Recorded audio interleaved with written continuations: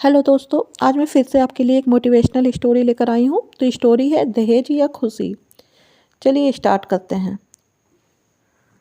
एक सुंदर सी कन्या अनामिका कॉलेज में अपना ग्रेजुएशन पूरा करती है। तभी उसकी मुलाकात एक लड़के राहुल से होती है। राहुल भी बहुत स्मार्ट और माता पिता का आज्ञाकारी बेटा है। दोनों एक दूसरे को पसंद करने लगते हैं। दोनों का ग्रेजुएशन पूरा होते ही राहुल अपने शहर में जॉब करने लगता है और लड़की भी एक अच्छी जॉब कर रही है। दोनों ने निर्णय लिया कि अब माता पिता से शादी की बात करने का वक्त आ गया है। लेकिन परेशानी यह है कि दोनों की कास्ट अलग अलग है। राहुल के समाज में दहेज बहुत जरूरी है, जो कि नकद में होता है। उसके अलावा कई तरह के गिफ्ट्स और गहने भी मांग की जाती है। राहुल ने अनामिका को यह स्थिति स्पष्ट की और कहा, घर वालों को मनाओ, अगर तुम सभी मांगे पूरी करवाती हो तो मेरे माता पिता तुम्हें पलकों पर बिठाएंगे। अनामिका ने अपने माता पिता से यह बात कही। अनामिका के माता पिता को यह बात पसंद नहीं थी, पर अनामिका की जिद थी कि अगर मुझे दहेज दोगे तो मेरी इज्जत बढ़ेगी। अनामिका के माता पिता सक्षम भी थे। बिना मांगे भी अनामिका को बहुत कुछ दे सकते थे, पर उन्हें इस तरह दहेज की मांग करने वाले लोग पसंद नहीं आ रहे थे। लेकिन माता पिता अनामिका की खुशी चाहते थे। उन्हें यह डर था कि कहीं उनकी बेटी ये ना सोचे कि वे अपनी बेटी को कुछ देना नहीं चाहते। इसलिए उन्होंने सभी शर्तें मानी। शादी में राहुल को कार, फ्लैट, फर्नीचर के साथ 50 लाख नगद दिए गए। साथ ही अनामिका को गहने भी दिए गए और सभी रिश्तेदारों को गिफ्ट्स और कपड़े भी दिए। शादी बहुत धूमधाम से की गई, कोई कमी नहीं छोड़ी गई। अनामिका को मन ही मन यह गुमान था कि कास्ट अलग होने के बावजूद माता पिता ने उसकी शादी ससुराल के हिसाब से की।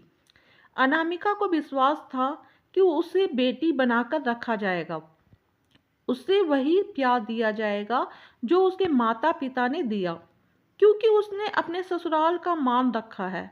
अनामिका ने अपने घर से ससुराल विदा ली। ससुराल में बहुत ज़्यादा पर्दा प्रथा थी। बहू को मनचाहा खाने तक की स्वतंत्रता नहीं थी। कितनी भी भूख क्यों न हो, घर की बहू सबके खाने के बाद ही खाएगी। यहाँ तक कि उसे घर के पुरुषों के सामने बैठने तक की इजाज़त नहीं थी।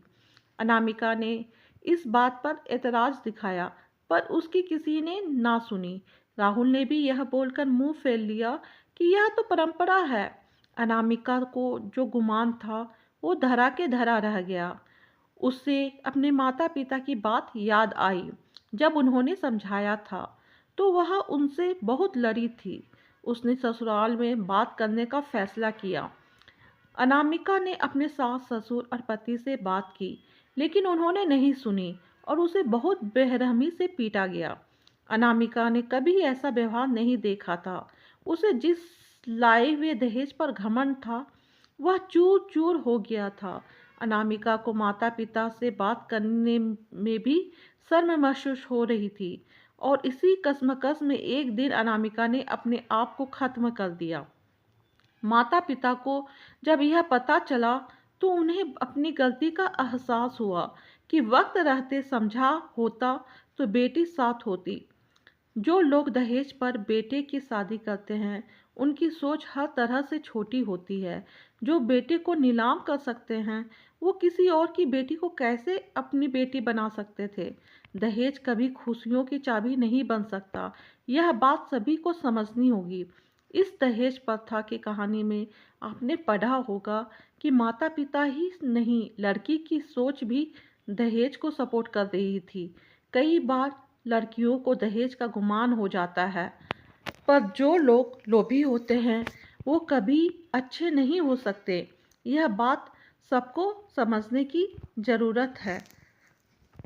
कहानियाँ जीवन में बहुत मायने रखती है। कई बार बड़ी से बड़ी डिग्री भी ज्ञान नहीं देती और एक छोटी सी कहानी जीवन बदल देती है।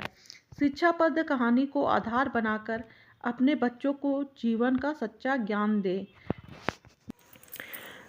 अपने बच्चों के मन में क्या चल रहा है प्लीज़ उनसे बात कीजिए, उन्हें सलाह दीजिए, शायद उन ये सलाह आपके काम आ जाए। आपको ये कहानी कैसी लगी प्लीज़ कमेंट कीजिएगा। धन्यवाद।